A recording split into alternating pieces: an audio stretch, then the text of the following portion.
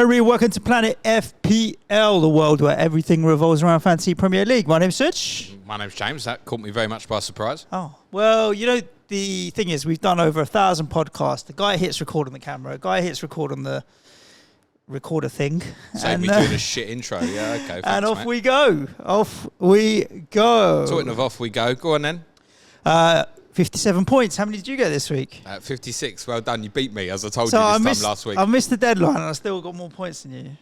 Yeah, but you only got one more rather than 37 more. Indeed. The Thomas Souček captain fail.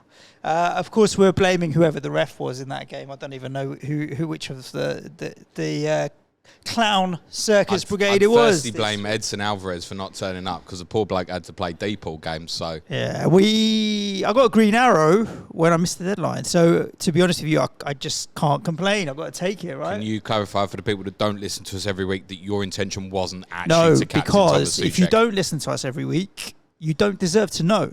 And why don't you listen to us every week? Because it's the greatest place to come for entertainment, not fantasy advice. Obviously, my plan was to sell Salah for Diogo Jota 2 weeks ago and ended up getting Thomas Souček as captain because I missed the deadline and ended up 57 points. So that's a 34. Did you get? I don't even know, 19 points, was it? I think it's a 34-point swing.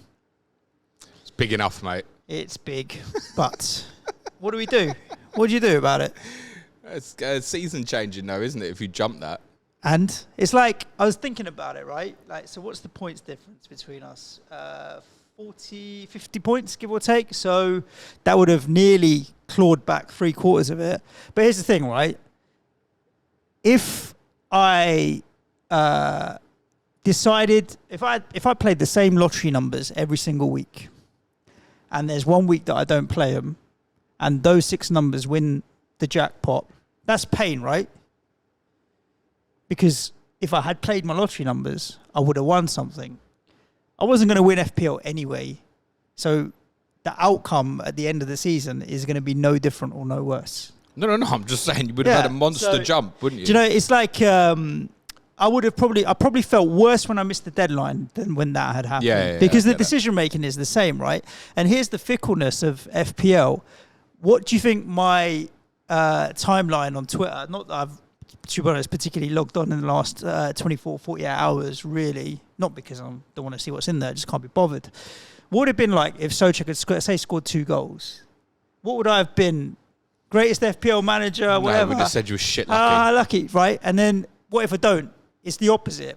Well, which one of them is true? Neither, right? The reality is neither. So I can't take the credit. If Souček had done really well, I can't take the credit. If I missed the deadline and didn't play Jota, I'm not going to take the criticism. It's like one of them where neither are true and the latter doesn't matter. And if I had missed buying a lottery ticket, it would matter because I would be fucking £10 million poorer.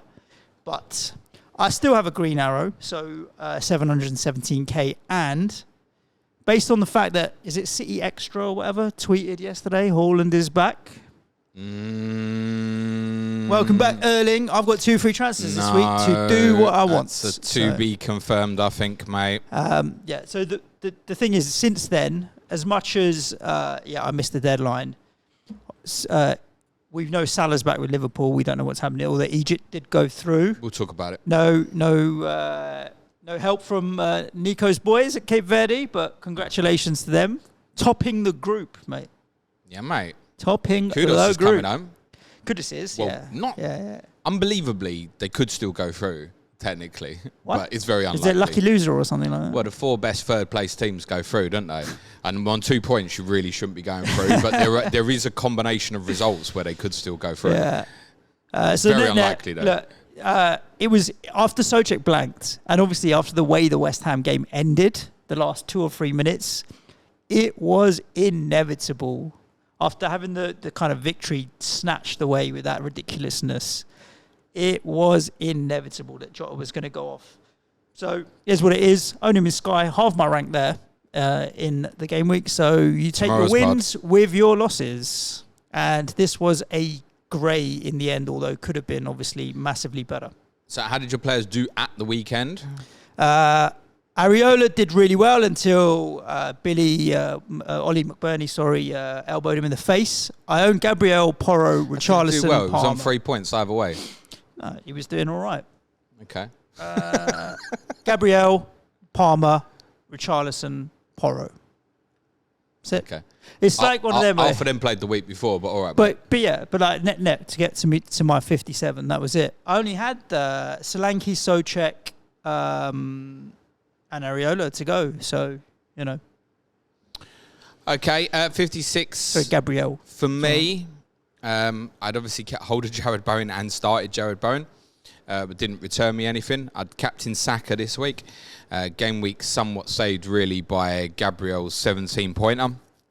So across my 3 defenders, 28 points, and I know there'd be people out there with sort of 40s and more from their defenders this week. Cole Palmer's 10. That's essentially the lot of my week. So considering so many captains, Palmer, and he was an EO loser for me, Gabriel has completely saved the game week. Dropped for me from about 167k to 196. So, not terrible, not good. We'd move on to the next one. It's felt like the longest game week ever. It's been a long game week. The next one will feel like the shortest ever. Yeah. So, when's the deadline, mate? It's next Tuesday, Suj, and that is at 6 p.m. 6 p.m. deadline next Tuesday, Suj. Yes. Yeah, yes. Got it. We will do podcast next Tuesday. This will hopefully help you remember. I think the hot topic of conversation to cover off before we talk about games is obviously with Mo and this injury. On Haaland, no, there's nothing definitive yet. We don't think he'll play at Tottenham on Friday as it stands. Still not full training according to ITK as far as it sounds at the moment. So, in the words of Sean Dyche, he would be touch and go for next Wednesday as it stands. Obviously, there's plenty of City information to learn on Friday, as there will be with other teams in FA Cup ties. So Mo Salah, we know, injured. Went off injured in Egypt's second group game. As you said, they went through last night just by the skin of their teeth. And ironically, despite finishing second in the group, I now project them to probably get to the semi-finals when pre-tournament I'd projected them to get to the quarter-finals. It's just the way that it's opened up. The draw that happens, Yep, absolutely. So there's been conflicting reports over the last few days. Is he going back to Liverpool? He was seen at the ground last night when obviously they played. So the understanding is he's either flown back to Liverpool last night or likely to do so today. The thinking behind that is obviously he'll get the highest quality of treatment from Liverpool and the best chance of recovering for Egypt primarily if they do get to the latter stages of the tournament. There was some mention of if Egypt got to the semi-finals, maybe he'd come back. Jurgen Klopp had said if they get to the final, maybe he'd come back. What I would say is this: if Egypt gets to the semi-finals, whether Mo Salah is fit or not fit, he definitely will not play for Liverpool in game week 24. If he's not played for Liverpool in game week 24 or for Egypt in AFCON, then he's obviously going to be a doubt for game week 25 unless we get something concrete in the build-up for that. We could be in the situation, which I joked might happen last week, that we get to game week 25. Liverpool could have a double if they deal with Fulham tomorrow night in the Carabao Cup, and we may not know if he's going to play or not. That's the circumstance that I can foresee right now, to be honest. Because there's some saying, I think his agent said last night as well, 3 to 4 weeks. Now, the date, Suj, is what today? Today's the 23rd of January. It's the 23rd of January. Well, Liverpool play at Brentford on the 17th of February. There's no guarantee he's going to make it. There's too many games. That's game week 25. There's too many games and too much upside in between for me to hold Mo Salah. Now, the irony is I've missed Jota's big haul at the weekend. He's still probably the player I want to buy. I'm thinking now, like, where do I go? Jota is a perfectly capable, able replacement. Like, his points to minutes ratio is well up there. It just hasn't had the consistency of minutes. But after the performance last week, I don't see how he's going to get dropped. Liverpool could destroy Chelsea at home. I love the fact that it's a home fixture for them at Anfield as well, where they've been playing so well. I can't overlook the upside potential of a Jota or whoever your flavour is, if you want to go there, from Liverpool's attack versus holding Salah for 4 to 5 game weeks.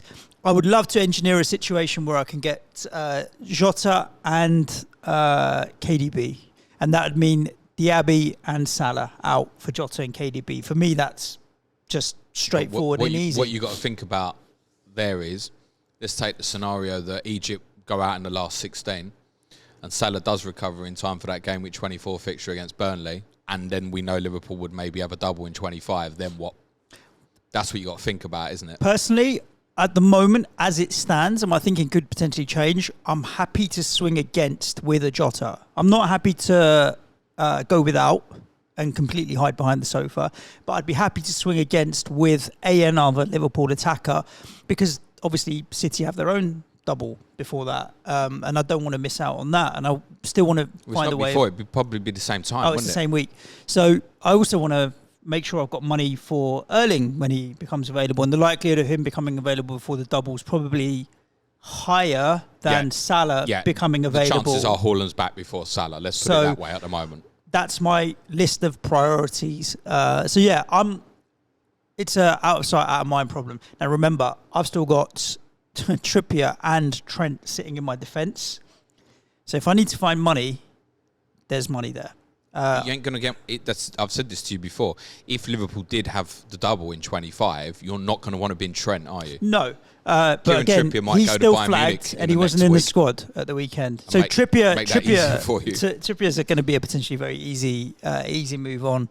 They really are getting the band back together, aren't they, at Bayern Munich? Yep. How many losing Tottenham Champions League team can you get in the Bayern Munich team and then try and lose another Champions League? Maybe. Interesting strategy. I don't know if Harry Kane's doing the transfers there now, or which he's definitely doing the goals, James, smacking them in. So yeah, I'm comfortable swinging against, but I also feel like it's so far away that there's so many things can happen in between. This is the problem with over-analysing strategy. Sometimes you miss the wood for the trees. You're so worried about the doubles and the blanks in the future, you miss what's right here up ahead of you that you can potentially capitalise on. So many other players now might be putting their hat in the ring. Like, what about Ivan Toney as someone that you potentially want to get for the double, right? I know one of the games is against City, but the other one's against Liverpool. And it'd be very popular, though. Of course you will, just by virtue of having a double. Yeah. Exactly. So, but even a defensive, maybe, like a Ben Mee obviously scored at the weekend and is a threat from set pieces. I think the whole mood around less interesting Brentford have changed. Yeah, I get it, but people will want doublers. Yeah, I'll repeat what I said on one of the pods last week, that even with the knowledge now that Brentford will definitely play in game week 29 and got the extra fixture in game week 25, I've looked at a projected difficulty schedule up to 29 with only 4 fixtures on there, so 8 teams playing. So there would be circa 10 teams or so that they've got 2 extra games over, and I would still have them third bottom on my fixture difficulty, even with 2 extra fixtures. It's a rough run they've got. And the reality is, what's happening this weekend, James? FA Cup, fourth round. So, and obviously then the Carabao Cup is this week. That's this week, yeah. So by the time we record on Monday next week, is what I mean to say, we'll know what's happening with the Carabao Cup final. We kind of know. And we'll know what's happening with the future potential quarters and semis for the FA Cup as well, and that may again have an influence on what we decide we want to do. Because say Liverpool go or City go out, good luck to you. Then that might change our perspective. I think one of the things that would really change the narrative for people in their planning is obviously if Chelsea don't go through tonight, because then you know that Chelsea-Tottenham game's on 26, so it becomes far more easier to manage 26 if you're carrying Gusto, Palmer, Porro, Richarlison. Right, that's potentially going to be a problem if you want 3 Liverpool assets as well, and they all blank. So my opinion on it is always the same, that actually the more carnage, the better. Because if you're engaged enough, you'll manipulate the situation better than others who can't see the wood through the trees, if you will, and see the future. I don't know what I'm doing from a transfer perspective next week, and I don't suppose I will till probably Sunday night at the earliest, I think. We think the FA Cup 5th round draw will be on Sunday, we think. If that happens, then obviously we'll do another chip strategy podcast on Monday, as we did a couple of weeks ago, but obviously with far more updated and detailed information that can really help us with our strategy going forward. KDB's on agenda. I think this new Salah news, rather than the Jota haul at the weekend, puts him very much on radar. It's not easy for me to get to Jota, though, ironically. Because if I want to leave the money to go Alvarez to Haaland, I'd probably have to cut Saka to go Jota. I can't quite get from Bailey or Palmer to Jota. If I wanted to go KDB, Saka would have to be the sacrifice. Unless I don't leave the money for Haaland if he's not back. But I think my intention would be to leave myself a swift movement back to at least Erling Haaland. I've also got 4 flags defensively at the moment. So Trent, we know, is obviously a doubt, but sounds like it might be promising for next Wednesday against Liverpool. Gabriel went off with a knock against Palace after his haul at the weekend, but we think that's probably okay. Malo Gusto is not going to play for Chelsea tonight, but was not listed as one of Chelsea's injuries on their website yesterday. So I don't know if it's just a rest, but it's been said publicly that he won't play tonight. And Pau Torres is becoming a bit of an issue, to be honest. Like week on week, is he going to be back for Villa? Is he going to be back for Villa? Now, I'm not desperate to have him for next week, but there's a few games afterwards, such as Sheffield United away, like he could be very useful for me, say, when Arsenal and Liverpool play each other. So I might need to deal with a defensive issue. And if I go down that route, there's loads of different possibilities it could be. Kyle Walker would be one, even though it's a bit dull. But again, watching the Newcastle game back late last week, you see the advanced positions. Actually, he and Josko Vardio getting in again, emphasised, as I mentioned last Monday. The likes of Ben Mee wouldn't interest me. Tino Livramento, like if Trippier was to dangerous. Go, would you want to go down Livramento? If Trippier went, yeah. I haven't got Estupinan. Estupinan the player that's hurt my rank the most this week. And it may even be that I'd go, particularly say if Chelsea did lose tonight and I go, well, 26 is easier to manage. I might even go, right, actually, hang on here. We're going to go to like a 3.8 defender here and open up some more money possibly even. So, yeah, a number of different options for me at the moment. Not sure what I'm going to do at the moment. Captain, and nor should you really. Nah, not really. I've said, like, don't overthink it at the moment. There'll be people going early and stuff, and if that's what you want to do, good luck to you. I certainly won't be. Captain next week? Certainly from a bust point of view, it'll be Alvarez with Burnley at home, but then that's dependent on knowing that Erling Haaland won't be available. Is that your only City player? Yes. He's my only City player at the moment. I didn't gamble on Foden. I went with Richarlison, and obviously I didn't move Salah on and go to Foden, which last week proved okay. It might not in the future. So yeah, if I buy KDB, it could be KDB as a potential consideration. So I'd say City top of the chop for my priorities, but I still think we can't overlook. I know that Chelsea are a difficult game, but Liverpool at home at Anfield, they could terrorise Chelsea potentially. So I wouldn't rule out a Liverpool asset as well. But I think I would default to a City asset. Some might like Arsenal away at Forest off the back of a 5-0 win, but they've been doing a lot better under Nuno. The one, and no one wants to do that again. Yeah, so I think there are a few options, but I do think City's the place to go. Yeah, it would be a City player for me. I'm near certain of that. But there's 4 candidates at the moment. Haaland would be one. Like you know, if it looks very, very promising that he would start against Burnley, that's where the armband's going. I don't think that's going to be the case at the moment. I think for KDB to get the armband for me, I'll obviously be at the game Friday night, but I think I'd need to see him play probably at least 45, I think. Yep. And Foden and Alvarez are obviously 2 strong candidates there as well. So, I mean, I wouldn't even... As it stands right now, I've got it sat with it bust on Foden. But I'd probably, if Haaland was definitely out, I would maybe still just go Alvarez, yeah, because I think that's a hat-trick potential there, possibly. Yep. So, it'll almost definitely be a City player for me, I think. Let's talk about some of these games, shall we? All right.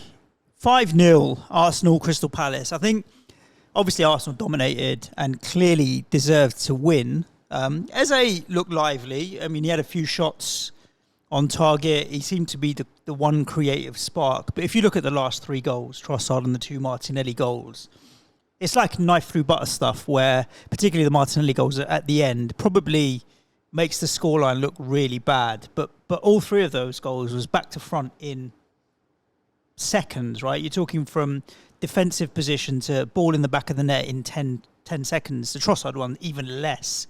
And they're almost like free goals, right? So you look at it and you think, okay, 5-0, 3 of them were scored in 30 seconds. 30 seconds of play from being in your own box. And that's what Arsenal can do. You probably end up a bit disappointed with Palace for not having a little bit more A bit disappointed. Be raging Street if I was a fighter. Palace fan. Like, have a bit of streetwiseness or nous or whatever to not leave yourself so exposed. But they're just that good, right? Yeah, Can but be. they are to be just fair, that good. They're already 2-0 down at that stage. They've got to chase the game. The third I goal do get comes it. from them taking the corner, and then there's stuff on the fourth and the fifth goals, which are kind of amateurish, really, not helped by But it is 94th, 95th minute, Mark whatever it Gay had is. gone off. James Tompkins come on and looked like a fish out of water. Didn't look like he quite understood what was going on. Professional job, and they did it. Professional Simple as job. that. It's an interesting one. Obviously, we released COTC yesterday with Mark Southerns and Adam Pritchard discussing Forest and Arsenal. We spoke about the game a little bit. Arsenal had 6 shots on target, right? It wasn't a 5-0 game, and yet they were comfortably much, much better than Crystal Palace, who deserved absolutely nothing. But it was kind of on... This is where games kind of, right? Because they took the lead early. Had they not taken the lead early, it would have been a different game. It was kind of on potentially. trend with a lot of Arsenal's season being the better team, but never actually looking like they were going to go and win 5-0. Like 2 or 3-0 would have been about right in terms of a fair reflection from the game. Declan Rice, by the way, is one to monitor over the next week or so. Would obviously be a potential blow. He's a more likely absentee for Arsenal next week than Gabriel. And obviously, Arsenal don't play in the Cup at the weekend, but being as the game is Tuesday, we certainly will get press conferences. There's a few teams we won't get pressers on next week. I would suggest the 4 teams that are going to play on Thursday, so that's West Ham, Bournemouth, Wolves, Manchester United. We probably won't get press conferences ahead of the deadline. The good news with 3 of those teams is they do play in the Cup at the weekend. Your team does not. No. But at least we do know that Jared Bowen is back available. Yes. The headline from the weekend is Saka. And we did have a really good conversation, very unusual for COTC. We went into a deep conversation about one individual and his value as an FPL asset. And it's kind of a split opinion about whether just to keep him and sustain him. He obviously ticks over really well. He's brilliantly consistent, there's no doubt about it. But I don't know how often we'd want to go and captain him again. You don't need to at that value. But as we'd mentioned, with the likes of De Bruyne, Haaland, Salah, etc., people are going to need to find money at some point. I don't suppose anybody's sitting there with money in the bank who can just go bang, bang, bang. Maybe they can. Good luck to you. I'd probably spend some of it at the moment, though. So, I mean, he's probably a sacrifice for me. But I'm very aware that I don't necessarily want him to be, because the run of fixtures up till game week 29 is extremely good. You know that he's going to play all the games. You know that he's on pens if he's not in a charitable mood. But yet, at the weekend, despite Arsenal winning 5-0, you never thought he was going to score. Yeah. If you watched the game. What I did notice was in the final 20 minutes or so, he was getting himself into really central areas. And I think he was quite keen to score. He was like, right, this game's won. My turn now. But he never really felt like it was going to come. And I do think with part of Arsenal's control and his own increase in terms of his own creative ability, there are games like this where he ends up wider and deeper than perhaps we would expect, I think. Salah, for example, as a comparison, it's a bit dodgy comparing the two. But Mo is always in dangerous positions. No matter how he's playing, and sometimes you do have games you think he's not on it, he's always getting himself into dangerous positions. Saka can have games, and has done over the last couple of months, where he doesn't. But as Mark pointed out on COTC, like his expected goal involvement and his underlying's actually not too bad. It doesn't look brilliant at the weekend. But different day, there's what kind of time there's period a haul are you here. looking at, So though? this is the thing. If you said to me prior to the game, right, Arsenal win 5-0, he'd have been everyone's captain. Correct. Right? He's had an assist technically for Gabriel, who doesn't score. Great goalkeeping by Dean Henderson, by the way. And you would just assume that in a 5-0 victory, there'd be something for him. But also, they beat Sheffield United 5-0 earlier in the season. And all he got that day was an assist. Yep. And that was quite a fortuitous assist. And I want to say I captained him that day as well. So it's twice now I've captained him in 2 5-0s, and he's only provided an assist across the 2. So I think it probably depends on your persuasion. Obviously, if you can hold through, it's ideal. But a longer conversation is going to be over the likes of him, Watkins, Solankis. Do these kind of template-ish players at the moment, do they need to be moved on to find money? For me, he's going to be the easiest one to move on, I think. But I also don't particularly want to. It's only 2 returns in the last 7 or 8 games. That's the thing. It's like, over what time period are you looking at this kind of goal involvement? When was Mark looking? Last 5 games, 10 games? No, he was looking or the whole season. Because he had that. Yeah, but for how long? The last 5 games, 10 games. Periods. I think he was looking at last 6. Okay. He had before that a period of sort of 4 or 5 games where his expected goal, his XG over the 5 games was like comfortably less than 1. It was bad. It has picked up again a little bit, but then his if you refer specifically just to XG on Saturday, it's 0.1. Shy, isn't it? Yeah. Never looked like he was going to score in the game. Positive result for Arsenal, though, considering the results they'd obviously had previously. I think Palace, in hindsight, was an absolutely ideal opponent. I think this Roy Hodgson stuff's going to come to a head very, very quickly. Their next game, Suj, is Sheffield United at home next week. And it will be pretty restless at Selhurst Park if they don't win that. Most of us would have seen the banners in the away end towards the end of the game. I think as a football club, they're just not inspiring belief for their fan base at the moment. And have got every right to be asking for a little bit more from their football club. Essentially, unless Eze and Elise are both available, because I think one needs the other and vice versa, it just looked like an average football team. For me, Sam Johnson is the better of the 2 goalkeepers, and they'd be better off with him in goal. I think they need a midfield player this month. I think they need another attacking player, but I think they're just bumbling along with Hodgson. I'm not convinced that they will change anything. And I think, gets in the season. To be honest, if you probably said to Palace board at the moment, you'll finish 17th at the end of this season, they'd probably just go, yeah, all right, cool. Brentford 3, Nottingham Forest 2. Obviously, the game was heavily focused around Ivan Toney's return and what he was going to... I didn't know there were 21 other players playing, did you? I mean, all the build-up, armband on him, and he did what he did with scoring the goal from the free kick, which has been discussed to a death on whether or not it was cheating or give your opinion. Not. I'm bored of it. It's cheating, but I also don't think it's his responsibility. Do you know what I mean? I think it's on the borderline where it's the ref's responsibility or other players' responsibility to manage the game. Do you think you should get suspended for it? Oh, wow, you're actually thinking about that. I'm just interested in, does it then open up a can of worms? Like, what does it mean for everything else? Yeah, like, if you suspend him for it... What does it mean when someone gains 10 yards on a throw-in? Completely, right? I saw it in our game the day after where... Which happens on nearly every throw-in. Trying to take throw-ins in different places and stuff. Just a little bit more heightened awareness of people doing it, right? Because of what happened with Ivan Toney. I don't think you can punish him because it opens up the most ridiculous can of worms for everything. Of course you can't punish him. And I think... Has he cheated? Yeah. Move on.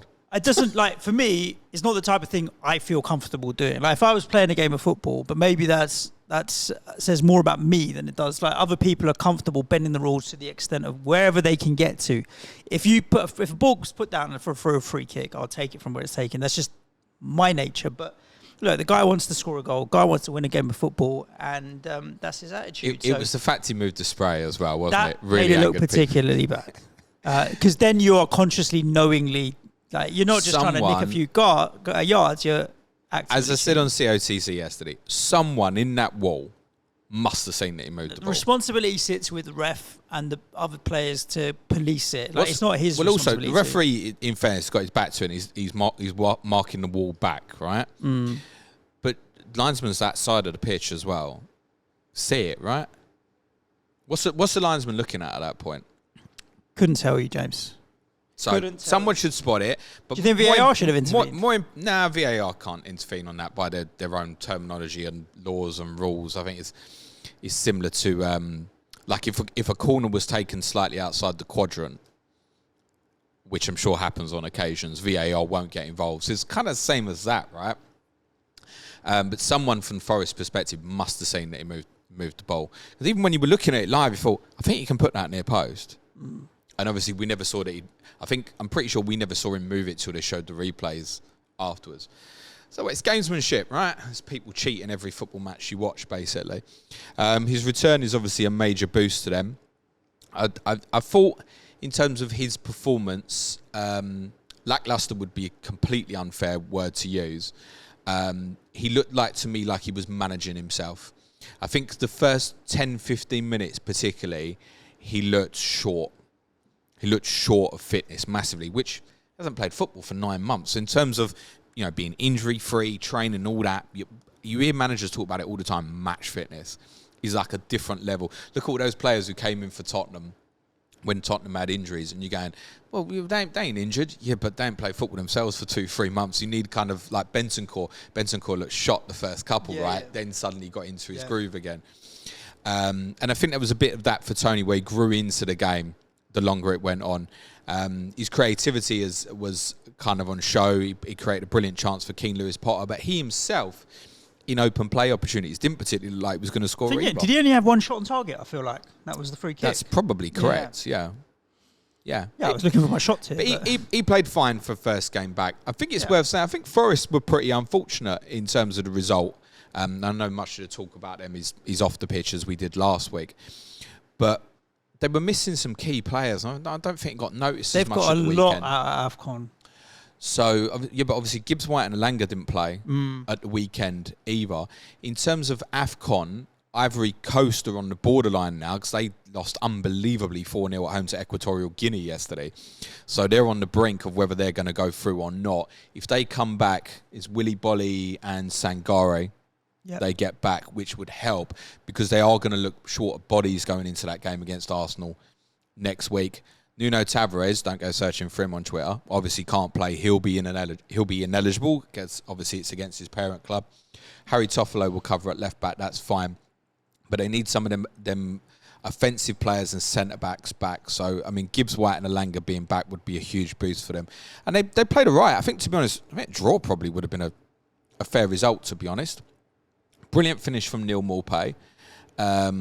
I thought it was handball when I saw it live the first time, but when he was running away, I thought, don't celebrate, mate. I'm not sure. That might have hit your arm. You're not going to kid anyone if it has. It didn't, and he took the goal really, really well. I think there's a temptation to keep looking at him because of the double in 25, and that's a money maker, right?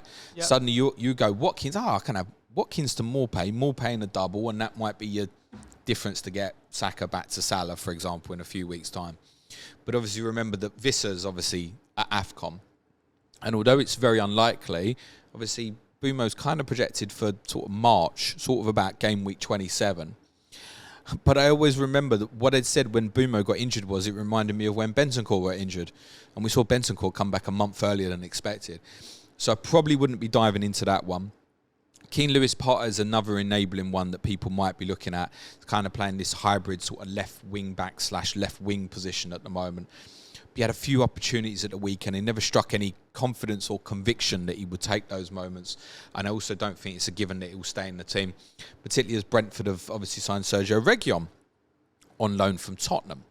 Now, Reguilon can't play in the next game week because obviously he also will be ineligible to face his parent club. I've seen a few mention him as a potential one. I think it's 4.4 Suj to go to. He is. Well, he was when he moved. To go to for the double. But I just look at them fixtures that I've had. Having Toney for that run of fixtures is one thing. Having a Reguilon for that run of fixtures, they're not inspiring confidence at all defensively that they're going to keep clean sheets either. I think Collins is playing with fragile confidence at the moment.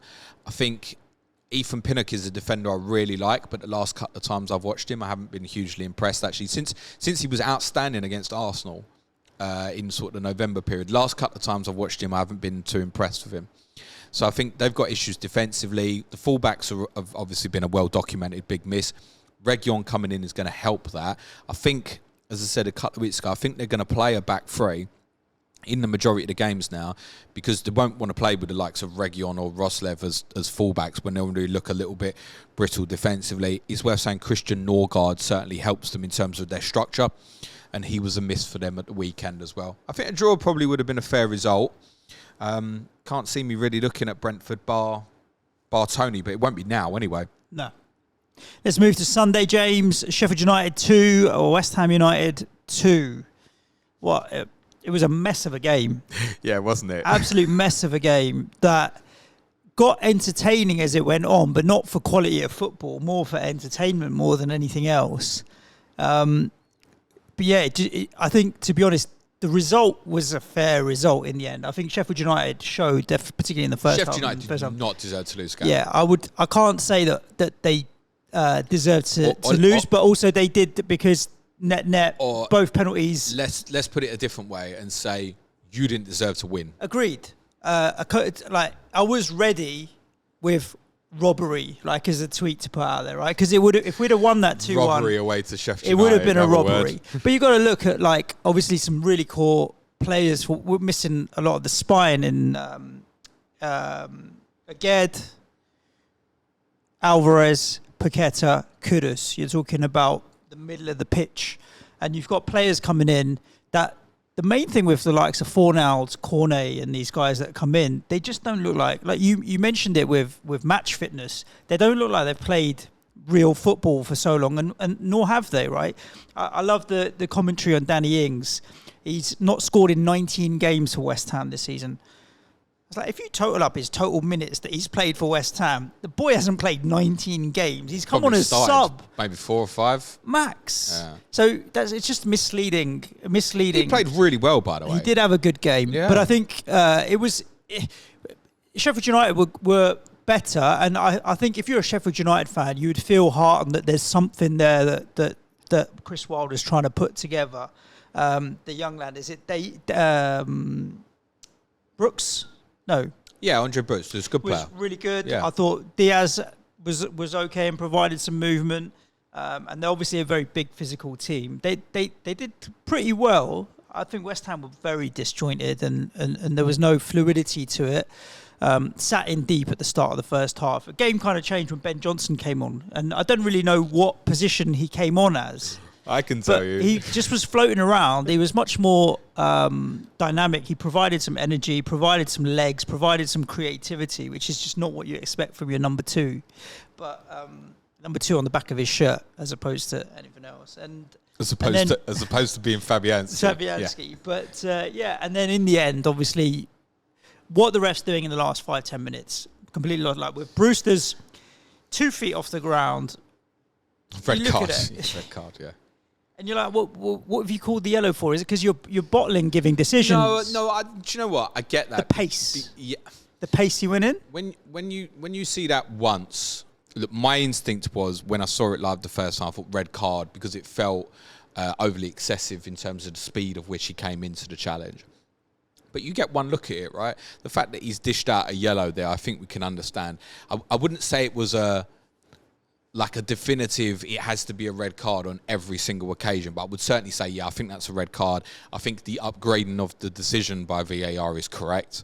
Yep. I certainly would have given it as a red VAR card. But I understand. Look at it. They didn't upgrade it themselves. I understand. But they wouldn't. They'd say go and have a look. The other thing is probably a wider conversation for a different day.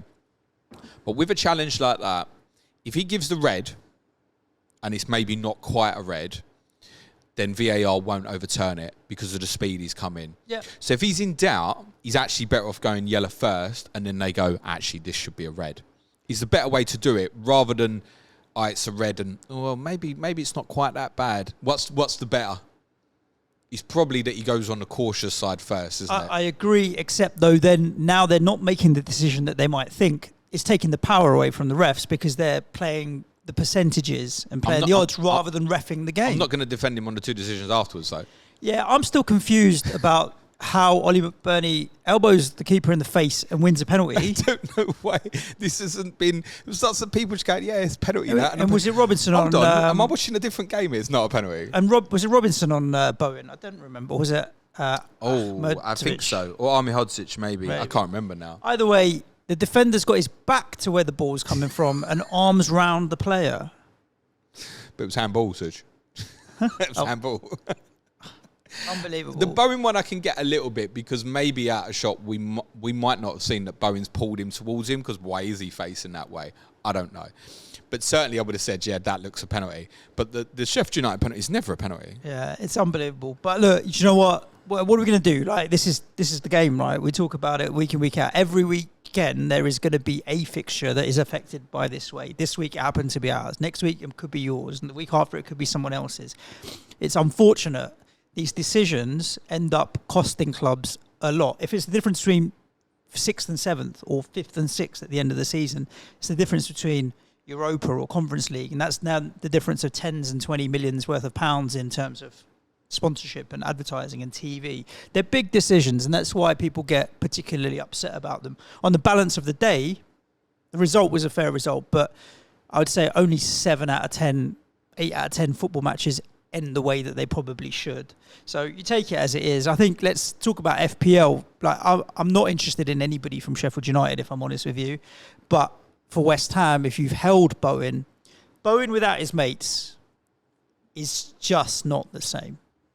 It's just not the same. But I do think there could be some interesting things. You've got to keep an eye on West Ham in the transfer market, right? The Calvin Phillips link, I think, is big. Because one thing Calvin Phillips does have is great distribution, right? He'll be able to play the balls that Paqueta sometimes plays through. I think Calvin Phillips has the distribution to be able to find the ball in behind to Bowen or the ball out wide to find space. So at the moment, I don't own Bowen, and I've got no rush to want to go anywhere near getting him back, or any other West Ham player for that matter. If Calvin Phillips comes in, and if we hear news about Paqueta potentially being fit or Kudus is back, that may change. But I'm not in a rush to potentially go there. I want to cover just a little bit on Sheffield United first, otherwise we'll miss it. Obviously, George Baldock wasn't in the squad at the weekend. I'm not quite sure the reasoning why. I presume there's obviously some form of injury, but he'll be one knocking about in a few teams worth keeping an eye on. Ben Brereton Diaz obviously scored on his debut, and he is priced in as a midfielder, 5.0. And there's been a lot of questions as to why. And well, part of that is due to his positioning for Blackburn last season. And judging by his positioning on Sunday, that's the right call as well. He was wide left. He played wide left, basically, yeah. So you wouldn't treat him from that perspective any different to a Son or a Salah, basically. So were he to have a spell through the middle, I think just by virtue of that, he would be one to keep an eye on. 5 million's a good price. Of course it is. Good price for him. And I would probably expect that between now and the end of the season, he'll probably be their top scorer. But that might only be 4 goals or something like that. Well, this is the thing, right? They talks about it in commentary, prior to the goal against us, he hadn't scored since last May in the league. And that's including spells at Valencia or wherever. Villarreal. He'd not had a good spell there. Yeah. So one goal doesn't suddenly mean that he's back in form, but look, keep an eye on it. He took his goal really well. Obviously, the one-on-one chance in the second half is bad, and he never looked like he was going to score. Nah. But the flip of that is as well, the run is outstanding in terms of to be able to kind of that old Lundberg run left to central, see it coming and time it perfectly and get himself away. That's a different set of armoury that Sheffield United can have. Archer obviously didn't start either. Schuler had been given the favouritism over him. So I think we're probably at a stage now where it's messy enough for Archer that he probably wouldn't be a go-to in terms of if you want an enabling forward. And those who own probably aren't starting him often, but need to keep a watchful eye on this as we're coming towards a period of doubles, and for someone like him, more importantly, blanks. For yourself, Suj, I think the biggest miss is Paqueta. Well, rather than Kudus. Fans would argue that it's Alvarez, actually, as a holding midfielder, but I know where you're coming from. On Sunday, specifically, I don't disagree with that, which we'll come back onto. But in terms of, from the FPL perspective, I think Paqueta is the bigger miss for Kudus and Bowen, because he's the X factor of creativity that you were just talking about. Yeah, we need someone else that can play a ball through. In terms of Sunday specifically, yes, I agree with you, because you changed system. You played a 4-2-3-1. Danny Ings played as a 10. Jared Bowen played on the right. You started with Cornet on the right and Fornals on the left, which lasted about 20 minutes, and David Moyes swapped them two over. Cornet underwhelmed, despite his goal, underwhelmed massively for me. I do think that he's still a talent and a player. There's no doubt about it, but he's just not got match fitness or football in his legs. What it meant with you changing the system to the 2 in midfield of just Souček and Ward-Prowse, getting overrun in there, mate. Getting overrun. And ironically, it was when Johnson came on and played in midfield and you went to a 3 that you looked better. Ironically. I couldn't get Joel Linton out of my head watching him now. It reminded me of when Joel Linton first went into midfield for Newcastle. I'm not comparing longer term here. was like, this is awkward. And then suddenly it came for him and he looked like an absolute beast and a monster. The reality is, he came on and changed the game for you, mate. He really did. It was one of those where it was just confusing to watch. You know, like sometimes you just laugh when you could hear the ironic kind of cheering in the away end. Just like, stuff. This is amusing. Yeah, for him and for Danny Ings, who ended up having a good and better game as well, because they have been much derided. And look, he's been all right the last few times Ben Johnson has come on and had to do a job. He had to play the other game right back when Sofal was out. He's going to have to play now because Sofal's got himself a 1-game suspension. Let's see. I'm still... It's a watching brief with West Ham at the moment. Yes, we will not be seeing that experiment again when you play Bournemouth. Probably not. No. Let's talk about Bournemouth. Bournemouth 0, Liverpool 4. 4 off an XG of 1.5. So... The first half was, I can't remember, a shot in the first half from either team, to be honest, really. I can tell you, Liverpool had 4 shots. Bournemouth had 3 in the first half. Liverpool had 2 on target. Bournemouth had 1. I can barely remember them. So those 7 shots that I mentioned, James, Liverpool's combined XG for those 4 shots they had. 0.1. 0.09. Bournemouth was 0.13. So, yeah, the XG in the first half was nothing. Yeah, I think there were the long distance, shots from distance and stuff like that. Yeah. Really good result for Liverpool. There was a bit of a debate on our Slack community about whether this was a statement win or not. I kind of sit in the middle of that because I think at the end of the day, Bournemouth are still a bottom half side who Liverpool, irrespective of absentees, would expect with the form they're in to go to these places and win. And Bournemouth obviously had their own absentees as well. I think particularly Marcus Senna's side, the longer the game went on, was obviously suspended, missed the game at centre-back. They've ended the game with basically only one of their first-choice defence on the pitch in Ilya Zabani, because Adam Smith had been out. Max Aarons went off injured. Milos Kerkez has obviously been injured the last few games as well. So they had their own absentees as well. And didn't create enough. But kind of a little bit similar to the Arsenal game. It wasn't a 4-0. Liverpool were ruthless in their finishing, which includes finishing from Darwin Nunez in the second half, and Jota, who can even afford one missed kick before finishing his second chance. Good result, I think, particularly because Szoboszlai wasn't back fit. So it's all of Liverpool's essentially their right side build-up gone. It would be akin to, if I think of Tottenham at the moment playing without Porro, Sarr and Kulusevski, I'd be like, oh my God, we're in massive trouble. Now, the 3 Liverpool are stronger than that Tottenham 3. So put that into context. But like the young boy Bradley at right back did really well. He started with Luis Diaz on the right and changed that all up in the second half. And they were better for that, I think. Jota, from a fantasy perspective, is the outstanding one, I think, to go for in the immediate. Because he's just the one that you feel like, if he gets the minutes, he will get the returns. And while Salah's not here, there's not much question on the minutes in the very, very short term. Agreed. That doesn't mean he's a guaranteed starter at all. And similar applies for Nunez, because it's easy at moments like this we can forget Cody Gakpo, for example. We've seen Klopp play Elliott on the right of a front 3, for example. So there's no guarantee on the minutes, and it's part way again. I'd want to wait beyond Sunday before I made a move. So if Jota did start tomorrow night, started Sunday against Norwich, and then I'm looking at the games beyond, not to say that I wouldn't think he'd start against Chelsea, but I'd be conscious that the game's coming up, even if it was for after, I think it might be a rest against Burnley, for example, even that far in advance.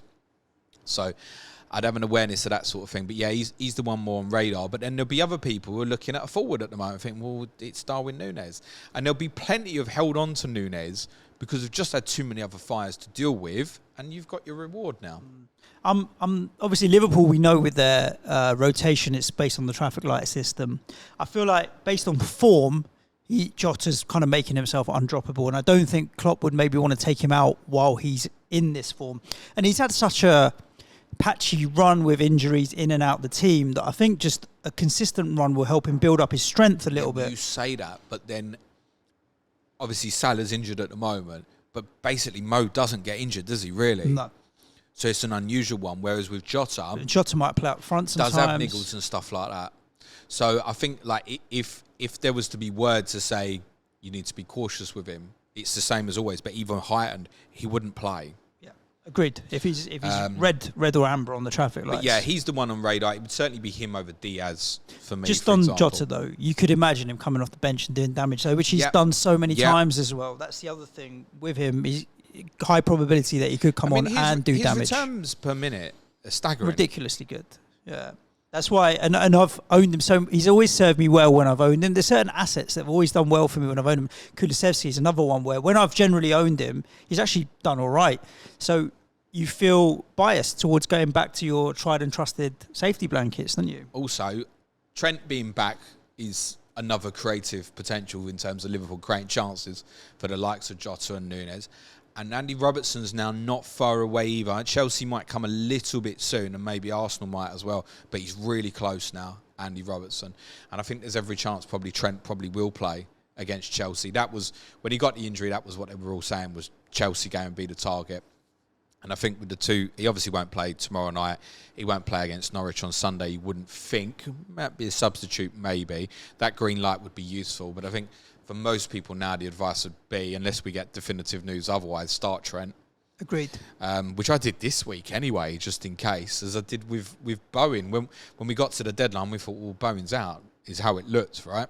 So, in hindsight, I wish I had. I'd have an extra bloody point now, ironically. No, I think for most people that play Trent and Robertson coming back will be a bonus to Liverpool creatively as well. I just think now, psychologically as well, more than halfway through the season, they can smell the title, right? 5 points clear of Arsenal, 5 clear of City, but City have the game in hand. But it's a race now, and they're very, very ruthless when they need to get over the line. If Liverpool win the next two, which is Chelsea at home, which whatever you think about them, is still a challenging game, and then Arsenal away. If they win at Arsenal as well, then the belief will soar through them. Yeah, agreed. Yeah, it really will. And then they can be really ruthless front runners. Thoughts on Solanke? Because he's the one with high ownership in Bournemouth's team. Yeah, quiet day. I mean, look, to be honest, Liverpool have been the best defensive team in the league this season, so I don't think we should be hugely surprised about it. And it is interesting how quickly the narrative changed from many people's belief of, you can't leave him out at Tottenham. Well, that was only the one game week before, actually. I don't know if the fact that he had an injury knock that kept him out the FA Cup game put a bit of doubt into people's minds. But, okay, he's blanked against Liverpool. If Alvarez isn't back for West Ham, I'd fancy him probably to return against you. I think Solanke versus Palmer might be a deliberation that a lot of people are going into the next game week thinking about which one to start. To play, yeah. Which one for you? Palmer. Really? Even though Solanke's against you? Yeah, probably Palmer. No, I wouldn't want to leave Solanke out against you, especially if Alvarez wasn't back. It's at our place, isn't it? Yes. If Alvarez isn't back, that's a very different proposition. But I think he was close. I think he failed a fitness test on the day, so I'd suspect that he would be back. Now, I think to be fair, I'd probably play Solanke. Both on pens, right? But it's yeah. And we do know that Bournemouth have had one now this season, so who knows? There might even be more. They might come along like buses, although it doesn't feel like it at the moment. I think with Solanke, look, there might be some information to learn this week in terms of the results. Bournemouth's game's on Thursday night, by the way, against Swansea. But what would be more interesting is, from a Bournemouth perspective, let's just say, unlikely, but let's say Liverpool lost to Norwich in the Cup. Let's say Klopp rocks up Sunday and he goes, wow, it's going to be Chelsea Wednesday. I'm going to play a really rotated team. And you just get this mad one where Norwich knock them out. Then knowing that Liverpool wouldn't double in 25, I think would increase the probability of suddenly the Bournemouth-Luton game getting arranged, right? That's not to say one directly impacts the other, but I think if Liverpool haven't got the game to rearrange with Luton, it adds to the potential of Bournemouth-Luton getting rearranged at some point. So just bear that in mind. And Bournemouth-Luton is still absolutely random in terms of where it can go. I think a little bit like with Toney, their fixtures aren't brilliant. But imagine moving from Solanke to Toney just to find out Solanke ends up with a double anyway. I'd want to be waiting on that sort of move at the moment to get a bit more info personally. So I think it'd be sticking for me for the minute. I could go like Solanke to Haaland rather than Alvarez to Haaland. Then I'm blocked off of every other Manchester City player. And I just think that would then become a nagging problem with Alvarez if Haaland's back. Therefore, Solanke as a consistent beast is liable to stay for me, I think, for the majority. Let's wrap by talking about Brighton 0, Wolves 0, from the kind of heat maps and also the the momentum chart on SofaScore, it looks like Brighton dominated without creating and could have lost. Could have lost. Yeah. Low XG in the game. I mean, in terms of, I think Brighton possession was about 75%. It was very high. Staggering number. 72 in the end. Because Wolves are a good side. And Wolves had their own threat in the game. And actually, the longer it went on, and the more Brighton seemed to become a bit desperate, particularly after they changed to a back three later in the game. You felt there were chances for Wolves on the counter through Neto. And then Cunha had the one where he took such a heavy touch when Steele come out the goal. It's Jason Steele rather than Luke Steele, by the way, Jermaine Genius. He took such a heavy touch. And probably would have won the game had he not. Brighton, do you know what is interesting though? I think you can do your narrative either way with Brighton. I really enjoyed the game. You know I enjoy watching them because the intricacies now they play, and the way they manipulate and move you about and the way they play. And to be honest, I thought up until the penalty area they played really well, Brighton. But never really looked like they were going to score. Yep. You can't remember Salah making a save really in the second half or being overly extended beyond something that wasn't routinely comfortable. João Pedro particularly would have been one, if you sit in your FPL team, it would have done your head in last night. The amount of times he just took an extra touch rather than getting a shot away. And actually, I thought his all-round performance other than that was absolutely fine. I think Billy Gilmour played really well in midfield. Gross played really well. They look a little bit better defensively. I think like Van Heck is going to continue to play regularly at the moment. For those who are looking for an enabling defender, it might be one I consider as a kind of cover up for Estupiñán, but not being able to afford Estupiñán, i.e. because I'm thinking of other moves possibly. I think I don't want to say you're safe, but you should play the majority of the games, certainly until the Europe starts up again anyway. Which for Brighton's after game week 27, so you got a little bit of time on that. Fairly decent run for them as well. I mean, they've got you away, which is a difficult fixture, but Luton, Palace, and then Sheffield United, Everton, Fulham, Forest. That's a very good run. Like if I'm coming off, say Trent wasn't available, if I need to move Trippier on, and I don't want to go sideways to Livramento, Estupiñán's like top of my list. There's potential defenders to go at. Still 5.1. And I think there could be some good points to be had in that run of 5-6 fixtures for sure. And suddenly, 2 0-0s in a row for Brighton. Who had that on the bingo card? When you look at it and you say, do you know who was top on the BPS system for both teams? The goalkeepers, James. So I think that says a fair amount about the game that the goalkeepers were racking it up. We have to, however, talk about the biggest refereeing scandal of the weekend last night. Take it you know what that one is, Suj? No. Matthias Cunha getting booked for persistent fouling. He got booked pretty early in the game. He got booked for persistent offences. It was his first offence. Yeah, I saw he got booked pretty early in the game. Pedro Neto back for Wolves. Yeah, bonus, of course, absolutely. Yeah. Basically played centre forward in the first half. And I think that was partly in terms of protecting him to go deeper into the game rather than having to track Brighton and their movement of their fullbacks or their two central midfield players. They left him to go and trusted others a little bit deeper. The idea obviously would be Neto, Cunha, Hwang longer term. Gary O'Neill has said they will try and get business done for a forward before the window shuts, but he did suggest it would probably be a loan.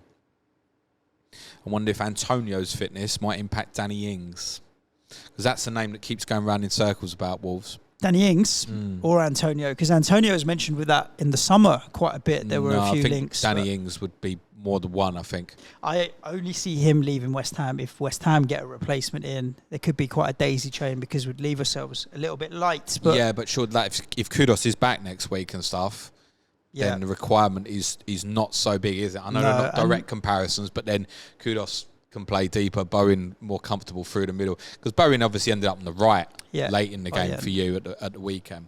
Look, we're not Fabrizio Romano's here, but clearly I know with the Calvin Phillips, for example, one of the issues is salary and how much it's going to cost on loan. Danny Ings is one of the highest earners at West Ham. They get him off the books. That means there's some money freed up. There is a lot of daisy chaining stuff where if this happens and this happens, if this happens and this happens. So I don't see that as transfer window closes, I think, next Wednesday. Yes. Doesn't feel like it's opened. Yeah, nothing's happened, does it? To be honest, my team, Brighton have brought a young lad in. Obviously, Brentford have got Region in, but it's been so quiet, hasn't it? We know why. because a lot of clubs have gone Yeah. basically. Cool. Right, that's a wrap on the games. James, do you want to tell everybody what they got to look forward to for the rest of this week? I'm going to pull up the internet, being Twitter, and see what questions we've got in. Okay. Do recommend yesterday's COTC, which is obviously out and already available, Forest v Arsenal, with Mark Southerns and Adam Pritchard. We have a really detailed chat about Saka, as I said earlier on that pod. It also features, obviously, Mark's opinion on Forest and the potential points deduction. And his anger. I think anybody who listens to it or watches it will probably feel a bit sorry for him, actually. We'll also have another COTC Thursday. That's Wolves against Manchester United with Bradley Parker, Gary Robinson. Sky Fantasy Football tomorrow. I'll be streaming Friday, 12 o'clock. That's scheduled for our Patreon podcast this week. Q&A available from yesterday. Today I got Money in Football with James Morrison. I recorded last night with him. He's a Hibernian fan, and we talk about Bournemouth's potential investment in Hibernian and how that feels, considering Hibernian really are a bigger football club than Bournemouth. We've got Tottenham tomorrow, quiz on Thursday. The Bournemouth fans won't be offended by that, mate, because it's true. At Planet FPL Pod, we'll that's where you can find him. On differential show on Friday as well. Good. We've had a few questions in on the internet, Elon Musk's internet. FPL Invincible. If Chelsea win in the Cup, does it make Arsenal players sell? No. I mean, this is interesting, this. And it will play on people's minds, and it will even play on mine as well. So the question refers to, in the sense of, if Chelsea win in the Cup, then obviously they're through to the 5th round. It decreases the possibility of Arsenal and Chelsea going ahead in game week 29. The next bit of the question to that, though, is what do Chelsea get in the draw, right? Yeah. Well, if they get Manchester City away, then it's still probably going to be Arsenal and Chelsea in game week 29. If they get a low-ranking championship team at home in the 5th round, then it'll obviously be favourites to progress and it won't go ahead. But if we're looking now at a period of, say, 22 to 29, should we be defined by one game week? With, do we look at, say, Gabriel? For those of us on Gabriel, let's say he's fit.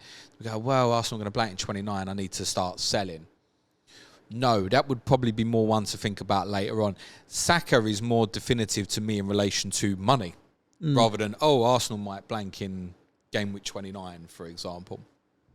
And you must remember as well, if Arsenal do blank in game week 29, then there's a double to come later in the season if you've already used your wild card, for example. So it's also dependent on your chip strategy a little bit.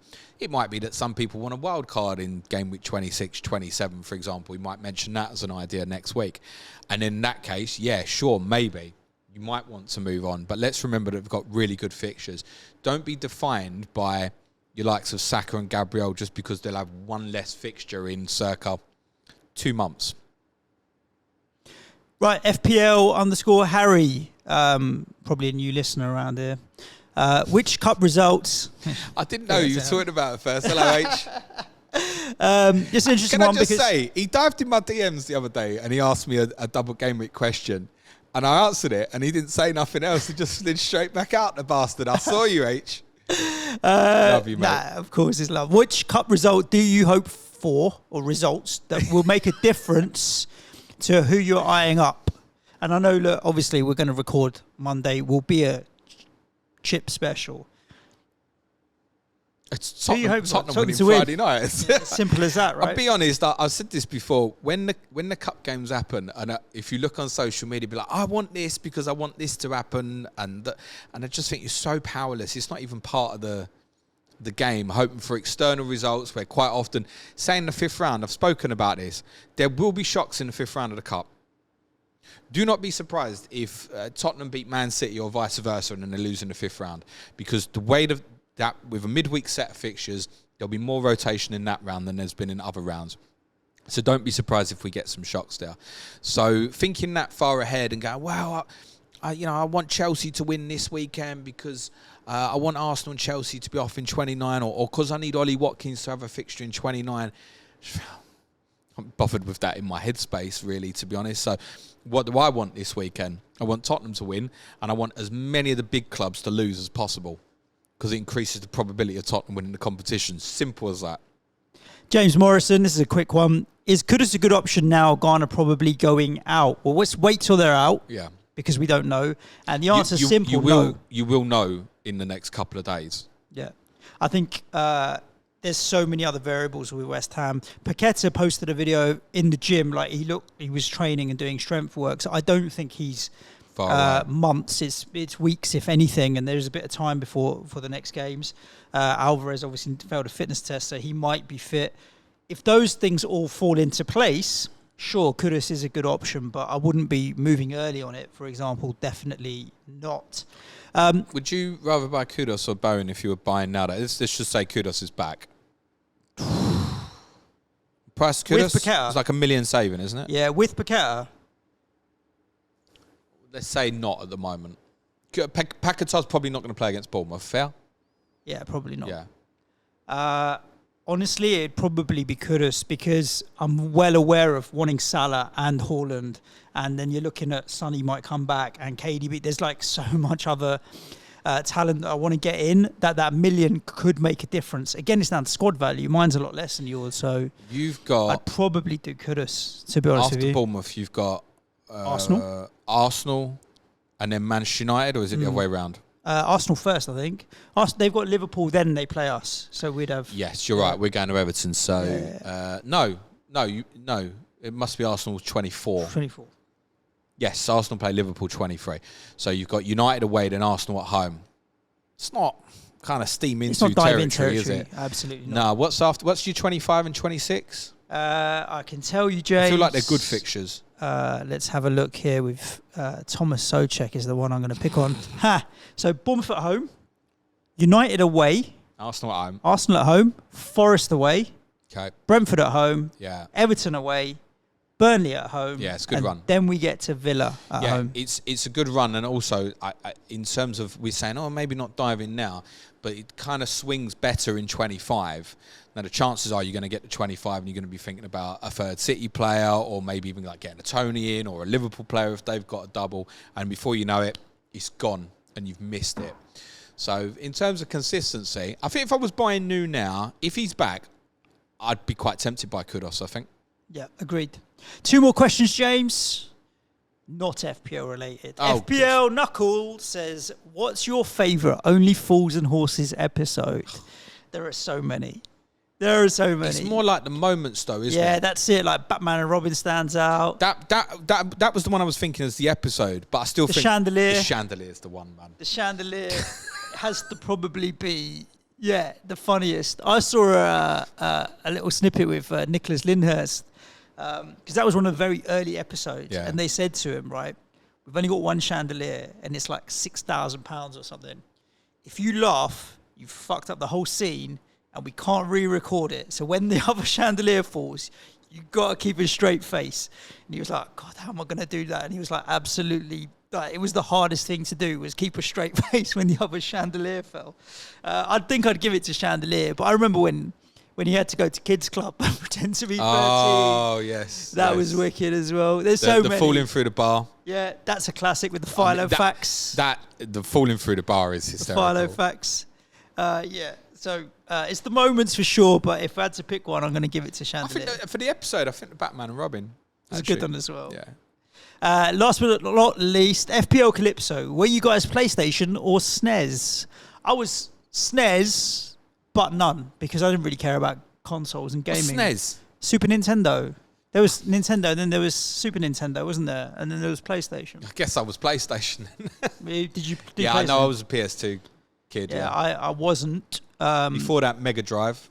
Right, so Sega, and then Sony PlayStation. I was a SNES guy, but neither. Did you have a Game Boy ever? Yes. Yeah, I had a Game Boy. Yeah. That was one of my first devices. Yeah, same as that. Yeah, I remember playing the Game Boy in the back of the car as a kid. Mario Tetris, I think it was the most incredible thing ever. Yeah. We'll look back at the stuff now, like FIFA and stuff, and think it's shit in 20 years, probably. Indeed. Listeners, thank you so much for tuning into this week's episode of Planet FPL. If you want to support the show, you can head over to patreon.com/Planet FPL. We're trying to grow our Patreon numbers supporting the show. You get ad-free episodes if you don't want to listen to any advertising. You get access to our Slack community with nearly 1,000 engaged FPL managers and Sky managers and other sports in there as well. You get prize leagues. You get an extra podcast every single day if you're advanced. James's planner. You get double the volume of content, an Excel spreadsheet that looks incredible and will help you plan out fixtures, doubles, all that kind of stuff. I'm putting all for a few quid a month through pain on Talking Tactics this week. Each 20, obviously we play Man City in the fourth round of Cup. Each 20 years since the incredible, probably worst night of my life, 4-3 defeat when we were 3-0 up against 10 men. I'm going to revisit it for Talking Tactics this week and laugh at Ginger Pele, Gary Doherty and some car crash Tottenham defending. Nice. So if you want all of that, patreon.com/PrenetFPL. If you don't, just say subscribed and hit the like button and notification bell wherever you're listening to the free content, because we'd love you to do that too. 5-star reviews as well for the audio listeners, because I always say not? that on my YouTube streams, but never on an actual audio podcast. There we go. And we'll be back at you tomorrow. Stay safe. Ciao for now. Thanks, everyone. Cue music, please. Man child.